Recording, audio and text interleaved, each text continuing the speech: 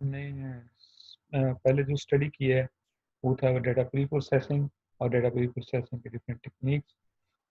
तो उसको थोड़ा सा रिवाइज करेंगे और रिवाइज करने के बाद बाकी क्या क्या चीज़ें हैं इसमें वो हम डिस्कस करेंगे। नंबर वन, ये जो स्लाइड्स हैं, आज की ज़्यादातर स्लाइड्स जो हैं बुक से ली गई हैं, introduction to machine learning with Python by Andreas C Muller and Sarah Gudi.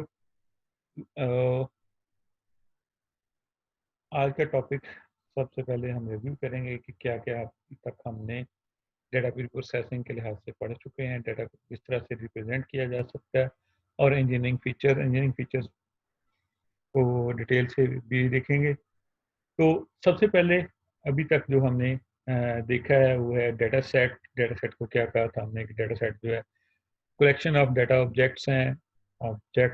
Data objects में रिकॉर्ड्स हो सकते हैं, वेक्टर्स हो सकते हैं, ऑब्जर्वेशन हो सकती हैं, सैंपल्स हो सकते हैं, डिफरेंट इमेजेस हो सकते हैं।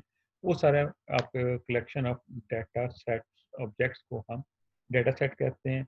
और डेटा ऑब्जेक्ट्स को हम डिफरेंट फीचर्स की बेस पे डिस्क्राइब कर सकते हैं। और फीचर जो है कोई भी मेजरेबल प्रॉपर्टी या फिनोमेना हो सकता है। फॉर एग्जांपल, कार है तो कार के लिहाज से कार का कलर क्या हो सकता है, कार के इंजन कौन सा है, कार की इसी तरह से डिफरेंट डिस्क्रिप्शंस कार के लिहाज से हो सकती हैं कि क्या क्या करेक्टरिस्टिक्स या फिनोमेना जो है उस कार के लिहाज से या उस ऑब्जेक्ट के लिहाज से है, तो हम उसको फीचर कहते हैं।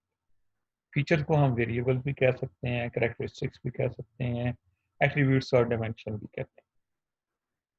ये हमने पहले फीचर्स देखा था। फीचर के बाद हमने देखा था प्री प्रोसेसिंग क्या है, कि डाटा को ट्रांसफॉर्म करना या इनकोड करना, कि जो मशीन लर्निंग एल्गोरिदम्स हैं वो उसको इजीली प्रोसेस कर सकें या इंटरप्रेट कर सकें। तो इसको हम डाटा प्री प्रोसेसिंग। और प्री प्रोसेसिंग टेक्निक्स में हमने डिफरेंट टेक्निक्स डिस्कस की थी। उनमें डाटा क्लीनिंग थी कि रिमूव या करेक्ट रिकॉर्ड करप्टेड रिकॉर्ड्स को रिमूव करना, मिसिंग वैल्यू को किस तरह से हैंडल किया जा सकता है, नॉइज़ी डाटा को किस तरह स्मूथ किया जा सकता है, या आउटलायर के कैसे हैंडल किया जा सकता है। इसी तरह से इंस्टेंस सिलेक्शन और पार्टीशन है, कौन सा किस इनपुट डाटा सेट में से कौन से डेटा पॉइंट्स को हमें यूज़ करना है, कौन से ट्रेनिंग में होंगे, कौन से वैलिडेशन में, और कौन से टेस्ट सेट्स में होंगे। और रैंडम सैम्पलिंग या यूज़ की जा सकती है। माइनॉरिटी क्लासेस हों तो हम ओवर सैम्पलिंग या down sampling, middle majority class की मिडिल डाउन सैम्पलिंग और मिनॉरिटी क्लासेस की ओवर सैम्पलिंग कर सकते हैं। उसके बाद जो टॉपिक हमने स्टडी किया था वो था कि फीचर ट्यूनिंग में था कि किसी भी फीचर की क्वालिटी मशीन लर्निंग में उसको इम्प्रूव किया जा सके। उसमें हमने स्केलिंग देखा है, इम्प्यूटिंग मिसिंग वैल्यूज देखा है, या स्क्यू डिस्ट्रीब्यूशन है, और नॉर्मलाइजिंग न्यूमेरिक वैल्यूज क्या होती हैं। तो फीचर स्केलिंग हमारे पास था कि इनपुट को जो फीचर हैं उनको स्टैंडर्डाइज करना और उनको एक स्पेसिफिक रेंज, फिक्स रेंज में प्रेजेंट करना, उसको हमने कहा था कि फीचर स्केलिंग है। और यूज़ किया जाता है जब हमारे पास हाईली वेरिंग वैल्यूज़ हों, क्योंकि हाईली वेरिंग वैल्यूज़ हों तो मशीन लर्निंग एल्गोरिथम्स क्या करते हैं कि स्मॉल वैल्यूज़ को लोअर वेट देते हैं और हायर वैल्यूज़ या लार्ज वैल्यूज़ को हायर वेट्स देते हैं, तो जिसकी वजह से उसके रिजल्ट्स का फ़र्क या एक्यूरेसी का फ़र्क आ सकता है। तो ये इस तरह से अभी तक हमने 4 डिस्कस किए थे: standard scaler, robust scalar, min max scalar और नॉर्मलाइज़र। नेक्स्ट हम कंटिन्यू करते हैं कि हमारे पास प्री प्रोसेसिंग टेक्निक्स में चंद एक हमने ये भी लास्ट टाइम डिस्कस की थी। और इसमें ये था कि अगर हमारे पास मशीन लर्निंग मॉडल है तो वो किस तरह से वर्क करता है। न्यूमेरिकल फीचर्स और कैटेगरिकल फीचर्स और मिक्स टाइप। सॉरी, मैं एक मिनट। तो इसमें हमने देखा था रिप्रेजेंटेशन ट्रांसफॉर्मेशन के कुछ मशीन लर्निंग मॉडल जो हैं सिर्फ न्यूमेरिकल फीचर्स में पे वर्क करते हैं, कुछ कैटेगरिकल फीचर्स पे। कुछ मिक्स टाइप फीचर्स पे वर्क करते हैं। तो हमें इसमें से देखना पड़ता है कि टेक्निक्स के न्यूमेरिकल फीचर्स को कैटेगरिकल फीचर्स में, अगर कुछ मॉडल्स न्यूमेरिक कैटेगरिकल फीचर्स पे काम कर रहे हैं तो कैटेगरिकल फीचर्स पे कैसे कौन सी टेक्निक्स अप्लाई की जा सकती हैं। आज का जो हमारा टॉपिक है कि अगर हमारे पास कैटेगरिकल फीचर्स हैं तो उसको हम न्यूमेरिकल फीचर्स में कैसे कन्वर्ट कर सकते हैं, और उसमें जो टेक्निक हम डिस्कस करेंगे वो है वन हॉट इनकोडिंग। तो उसको टेक्निक को डिस्कस करते हैं। उससे पहले एक फीचर इंजीनियरिंग क्या है, जो लास्ट टाइम हमने स्टार्ट किया था कि फीचर इंजीनियरिंग। तो फीचर इंजीनियरिंग हमारे पास अ, के कौन से फीचर्स हमारे पास डाटा को बेस्ट रिप्रेजेंट कर सकते हैं, कि एक स्पेसिफिक एप्लीकेशन के लिए कौन से फीचर्स हमारे लिए बेस्ट हैं, तो वो इनको फाइंड आउट करना हमारे फीचर इंजीनियरिंग कहलाता है। और फीचर इंजीनियरिंग का फायदा या बेनिफिट जो है हमारे पास के बेटर फीचर्स होंगे तो फ्लेक्सिबिलिटी आएगी, सिंपल मॉडल हम यूज कर सकते हैं और गुड रिजल्ट्स अचीव कर सकते हैं। तो इसमें ये होगा कि अगर डाटा हम बेटर वे में रिप्रेजेंट कर रहे हैं तो उसका ये होगा कि हम सुपरवाइज मॉडल यूज कर लें, और सुपरवाइज मॉडल में हम पैरामीटर फिर इतने इम्पैक्ट नहीं करेंगे, या एग्जैक्ट पैरामीटर हम यूज कर सकेंगे क्योंकि हमें पता होगा कि ये इसमें इस तरह के फीचर्स यूज हो। कैटेगरिकल वैल्यूज क्या है कि वैल्यूज एक स्पेसिफिक हमारे पास कैटेगरीज में अकर करती हैं। जिस तरह से जेंडर है, जेंडर में मेल या फीमेल हो सकता है। इसी तरह से ऑक्यूपेशन है, इसमें एडमिरल क्लर्क। ये सारी स्लाइड्स जो हैं इस में ये बुक से ली गई हैं, introduction to machine learning with Python, और इसमें फोर्थ चैप्टर है। तो इसमें वर्क क्लास है, स्टेट अगर वो कर रहा है स्टेट गवर्नमेंट में, नॉट एम्प्लॉयड है या सेल्फ एम्प्लॉयड है, प्राइवेट वर्क कर रहा है, तो ये कुछ डाटा दिया गया और इसकी क्लासेस, ये कैटेगरीज हैं क्योंकि ये एक स्पेसिफिक वैल्यूज अगर करें। इसी तरह एजुकेशन है। तो अब अगर इस पर मशीन लर्निंग एल्गोरिदम अप्लाई करें तो मशीन लर्निंग एल्गोरिदम्स नॉर्मली हम न्यूमेरिक डाटा टाइप्स पे अप्लाई करते हैं, यहाँ पे अप्लाई नहीं करते। कि अगर हमारे पास उसमें उसके डिफरेंट क्लास कैटेगरिकल वैल्यूज हैं तो हम उस पर कैसे अप्लाई कर सकते हैं। तो उसको पहले कैटेगरिकल वैल्यूज को हम इंपोर्ट करके न्यूमेरिक वैल्यूज में कन्वर्ट करें तो ही हम इस पर अप्लाई कर सकते हैं। उनमें से एक टेक्निक हमारे पास जो है वन हॉट इनकोडिंग है, जिसको हम डमी वेरिएबल्स भी कहते हैं, और ये मोस्ट कॉमन वे है कैटेगरिकल वेरिएबल्स को रिप्रेजेंट करने। इसमें क्या होगा कि कैटेगरिकल वेरिएबल्स जो भी हैं उसको वन या एक से ज़्यादा फीचर्स में कन्वर्ट कर दिया जाता है, और हर फीचर की वैल्यू जो है या ज़ीरो होगी या वन होगी। एग्जाम्पल मैं आपको से पहले, जिस तरह ये वर्क क्लास है, वर्क क्लास में हमारे पास है स्टेट गवर्नमेंट एम्प्लॉय है, प्राइवेट है या सेल्फ एम्प्लॉयड है। तो इसमें क्या होगा कि जितनी इसमें यूनिक वैल्यूज आ रही हैं, जिस तरह स्टेट गवर्नमेंट है, सेल्फ एम्प्लॉयड है, प्राइवेट है, हर एक के लिए एक अलग से फीचर बन जाएगा। अब जिस रो में वो वैल्यू अकर कर रही होगी, बिलफर्ज गवर्नमेंट एम्प्लॉयड है, तो अब यहाँ पे चार तरह के हमने देखे थे, government employees, private employees, self employ और सेल्फ एम्प्लॉयड इनकॉर्पोरेटेड। तो इसमें अगर गवर्नमेंट एम्प्लॉय है तो उस रो के अंदर, यानी कि अब एक फीचर को हमने चार फीचर्स में कन्वर्ट कर दिया है, और हर फीचर में हमने उसकी वैल्यूज लिख दी है। अगर गवर्नमेंट एम्प्लॉय था वहां पे वन लिख दिया है, अगर कोई गवर्नमेंट एम्प्लॉय नहीं था तो वहां पे हमने उस रो में जीरो लिख दी। तो इसी तरह अगर गवर्नमेंट एम्प्लॉय है तो वो सेल्फ एम्प्लॉय और ये नहीं हो सकता। तो इसी तरह प्राइवेट एम्प्लॉय है तो जहाँ पे प्राइवेट का कॉलम था वहाँ पे या न्यू फीचर बना है वहाँ पे वन कर दिए, बाकी सारी वैल्यू जीरो कर दी हैं।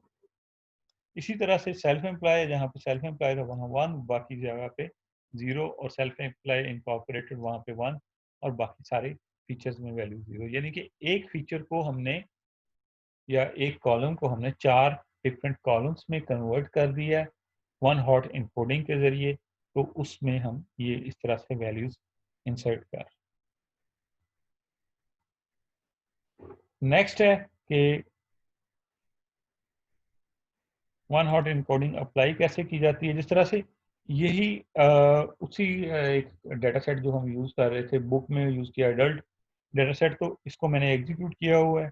तो वर्क क्लास है, वर्क क्लास में हमारे पास 1 2 3 4 5 6 7 8 9 9 तरह की वैल्यूज़ थी। तो उसने 9 तरह की वैल्यूज़ में जहाँ पे जो वैल्यूज़ आ रही थी वहाँ पे 1 कर दिया है जिस रो में। यानी कि अगर एक एम्प्लॉय के लिए वहाँ वो वर्क क्लास उसकी स्टेट गवर्नमेंट थी, तो वहाँ पे 1 है, बाकी सब के लिए 0। सब कॉलम्स में 0 आएगा। इसी तरह जहाँ पे प्राइवेट क्लास है, वर्क क्लास प्राइवेट है, तो वहाँ पे 1 1। इस तरह से हम वन हॉट इनकोडिंग अप्लाई कर सकते हैं। वन हॉट मीन्स के जहाँ पे वैल्यू अकर कर रही है वहाँ पे 1, बाकी जगह पे बाकी फीचर्स में 0 और एक फीचर को मल्टीपल फीचर्स में हम कन्वर्ट कर।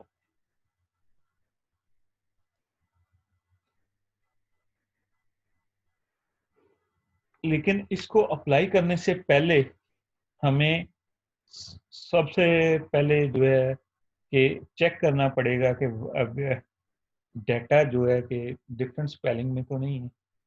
अगर डिफरेंट स्पेलिंग्स में जिस तरह मेल है, कुछ में एम कैपिटल है, कुछ में एम स्मॉल है, कुछ में मेल लिखा हुआ है, कुछ में मैन लिखा हुआ है, तो इनको पहले एक स्पेसिफिक यूनिफॉर्म में रखना पड़ेगा और स्पेलिंग सेम करनी पड़ेंगी।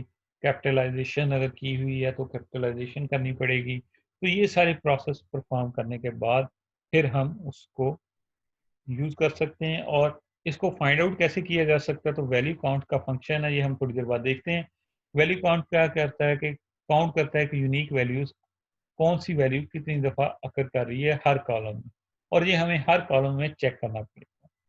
गेट डमीज का फंक्शन है, तो ये क्या करता है कि ऑटोमेटिकली ट्रांसफॉर्म करता है कोई भी ऑब्जेक्ट टाइप स्ट्रिंग हो या कैटेगरिकल हो, तो उसको कन्वर्ट कर देता है न्यूमेरिक टाइप में। तो बिलफर्स ये अभी हम थोड़ी देर बाद देखेंगे। अडल्ट डेटा सेट है, उसमें फीचर्स थे बिफोर, यानी फीचर या कॉलम थे 7, और उसके बाद हमने उस पर अप्लाई किया ये गेट डमीज, तो उसके फीचर्स 46 हो गए। यानी कि वो यूनिक वैल्यूज को कर करके उसके अलग अलग से फीचर्स बनाता गया। उसकी सिंपल एग्जांपल, जिस तरह यहाँ पे एक फीचर था तो उसको 8 फीचर्स में उसने कन्वर्ट कर दिया, 8 या 9 फीचर्स में उसको कन्वर्ट कर दिया है। तो इसी तरह बाकी जो स्ट्रिंग फीचर वैल्यूज थी डाटा सेट में हमारे पास, जिस तरह वर्क क्लास है, एजुकेशन है, जेंडर है, ऑक्यूपेशन है, तो इसको कन्वर्ट कर देगा डिफरेंट फीचर्स में। जिस तरह ऑक्यूपेशन है तो एडमिन का एक अलग फीचर कॉलम बना देगा, एग्जीक्यूटिव मैनेजर का अलग, हैंडल क्लीनर का अलग, और बाकी सबका अलग से फीचर्स बनाते हैं। अगर आपको कोई क्वेश्चन हो तो आप रेज हैंड करके क्वेश्चन पूछ सकते हैं।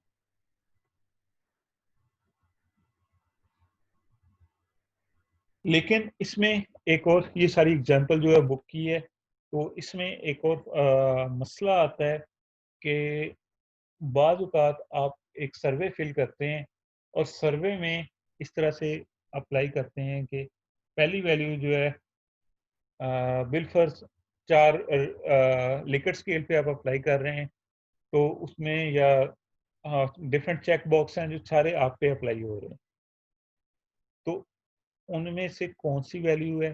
तो उसमें क्या करता है कि ये गेट डमीज फंक्शन सारे नंबर्स को वो कंटिन्यूअस कंसिडर करता है, बाकी को उसके लिए फिर डमी वेरिएबल्स नहीं बनाता। तो उसको हैंडल करने के लिए जिस तरह से यहाँ पे इंटीजर फीचर है 0, और उसके कैटेगरी फीचर सॉक्स है, 1 सॉक्स है और 2 सॉक्स है, 1 बॉक्स है। तो 2 जो है, अब ये भी हमारे पास कैटेगरिकल वैल्यूज हैं, लेकिन ये गेट डमीज इसका नहीं बनाएगा और इसको वो सिंपल इंटीजर की वैल्यू को कंसिडर करेगा। फॉर एग्जांपल इस पे अप्लाई किया गेट डमीज, तो यहाँ पे हमारे पास रिजल्ट आया।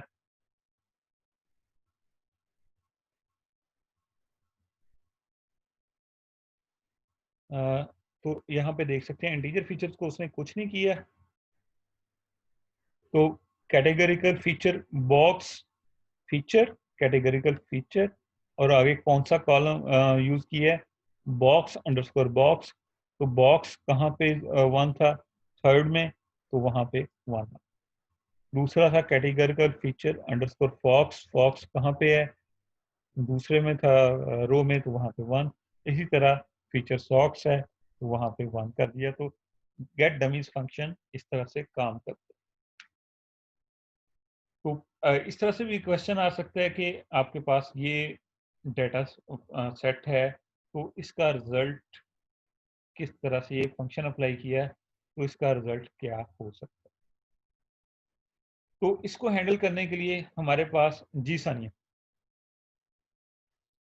सर ये जो गेट डमीज फंक्शन है वो जो हमारे पास एक इनकोडर फंक्शन भी होता है इंटीजर में चेंज करने के लिए, इन दोनों में से बेटर कौन सा होता है? ये तो जस्ट 1010 कर ही जा रहा है। सॉरी, दूसरा कौन सा कह रही हैं? जो हम इनकोडर फंक्शन के थ्रू कैटेगरिकल वैल्यूज को हाँ जी, इंटीजर में चेंज करते हैं। वो भी फंक्शन है, वो भी हमने डिस्कस नहीं किया, लेकिन वो कैटेगरिकल फंक्शन ये जो हम पांडा से यूज कर रहे हैं, वो जो है साइकिट लाइब्रेरी से यूज करते हैं। जी सर। ठीक है। और गेट डमीज जो है स्ट्रिंग्स डेटा टाइप्स पे यूज कर रहे हैं हम। जो दूसरा फंक्शन है इनकोडर का, वो हम इसके बाद डिस्कस जी करेंगे जब उसकी एग्जांपल देखी। ठीक अभी फिलहाल जो है गेट ठीक डमीज है के सर। लिहाज से क्या आउटपुट और किस तरह से ये वर्कआउट कर रहा है देख रहे हैं। तो अब अगर इस पे अप्लाई करें, अप्लाई करने के बाद हम इसमें ना इसका कॉलम नंबर दे देते हैं कि कौन कौन से कॉलम्स को हमने कन्वर्ट करना है। तो अगर अप्लाई करें और कॉलम्स के नेम दे दें, तो फिर गेट डमीज जो है इंटीजर फीचर्स को, इसको भी, जो हमारे पास वेरिएबल्स हैं, जो जो जिस कॉलम पे अप्लाई करना है, कॉलम का नाम दे देंगे। अगर नहीं देंगे तो बाय डिफॉल्ट क्या करेगा कि जितने भी डाटा टाइप, कॉलम्स की डाटा टाइप एक्सक्लूडिंग इंटीजर है या न्यूमेरिक है, उसके अलावा बाकी या आपके पास कंटिन्यूस वेरिएबल्स हैं, तो उनके अलावा सब पे वो गेट डमीज का फंक्शन अप्लाई होगा। अभी टू, सॉरी, तो इसको भी मैं यहाँ पे पॉज करता हूँ।